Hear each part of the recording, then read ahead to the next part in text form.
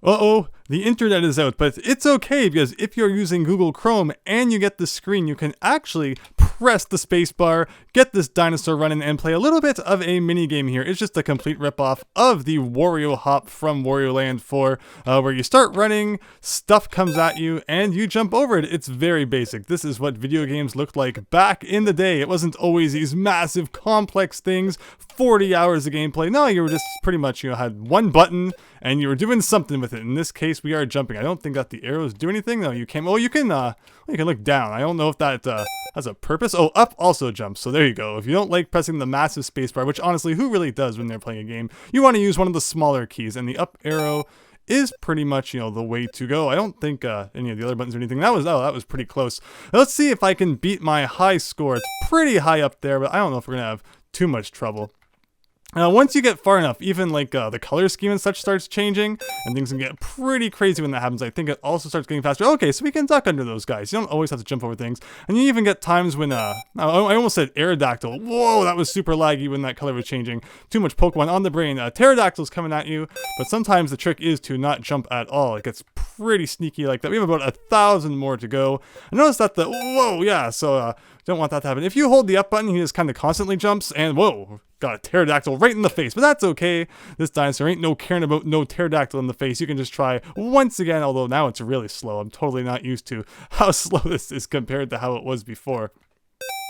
It's neat though. You don't usually expect companies to build games into their browsers for when the internet is down. But in these crazy times of, everybody watching Netflix because you're not allowed to go outside, it might happen more than you expect. But here we go, once again starting to pick up speed. Some music would be cool. I mean, but that's it. Back in the day, your Atari games, very basic stuff in terms of how much sound you got. I mean, if there was too much complexity to it, people would be like, why is Google Chrome a 5 gigabyte download? It's like 4.5 gigabytes are just for the purpose of this game for when the internet goes out. Hey, but personally, in times like this, I wouldn't even be complaining. I wonder if we max out the score there. It looks like there's a 5-digit score counter, but I wonder if we hit like 100,000, just what happens? Like, do we, maybe we get like all the Google stock or something like that. They just literally bring the key to Google to your house, and that's it. You now own a multi-billion-dollar company. Or is it called like Alphabet these days? I don't know. They're breaking things up. Everybody knows that Google is the ones who keep on messing up YouTube, but hey, that wasn't even fair. I was totally lagging. Let's try this one more time. See if we can beat that crazy high score. It's not really that high. I mean, compared to what it looks like you can probably get up to, it doesn't even seem like that big of a deal. But this dinosaur, like what desert is he running through anyway? And all these cacti going around. I believe that's the proper plural of cactus. It's not like cactuses. You also got octopi, octopus. Octopus is the name of a Game & Watch. Playing this for some reason really gives me a Game & Watch vibe. Because that's all it was back then. You got black and white, and you're doing the most basic of actions. Buy it now for $69.95. Only from Nintendo. So, I mean, let's come up with the story here. So this is Yoshi. Yoshi is really freaking sick of Mario just throwing him down holes. And we're going to use our super secret duck technique to get by that. So, Yoshi's like, frig you, Mario. I'm just going to run as fast as I possibly can through the dry desert. And there's nothing you're going to be able to do about it. And, the farther that Yoshi runs, the farther before Mario gets his hands on him again.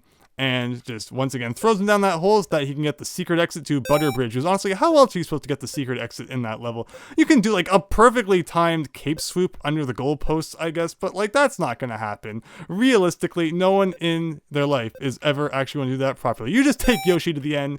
You bounce across those saws. You go under that goalpost. And you reap the rewards being able to go to Soda Lake. And if you beat that, you get the final Star Road, which really doesn't matter because you're going to have Star Road unlocked by that point anyway. And having one more entrance to it isn't really overall that helpful of a thing. But, some people are completionists, and what you really want is to open up your file select screen and see 96 exits. Not 100. That would make sense for 100%, but 96. What a number to finish things off. Now, let's actually concentrate. We have like 200 points to go. It'd be pretty cool if we could not mess this one up, but the lagging is the worst part. That's it. I beat it. No one can even deny that dinosaur has a cactus in its face. Good night, everybody.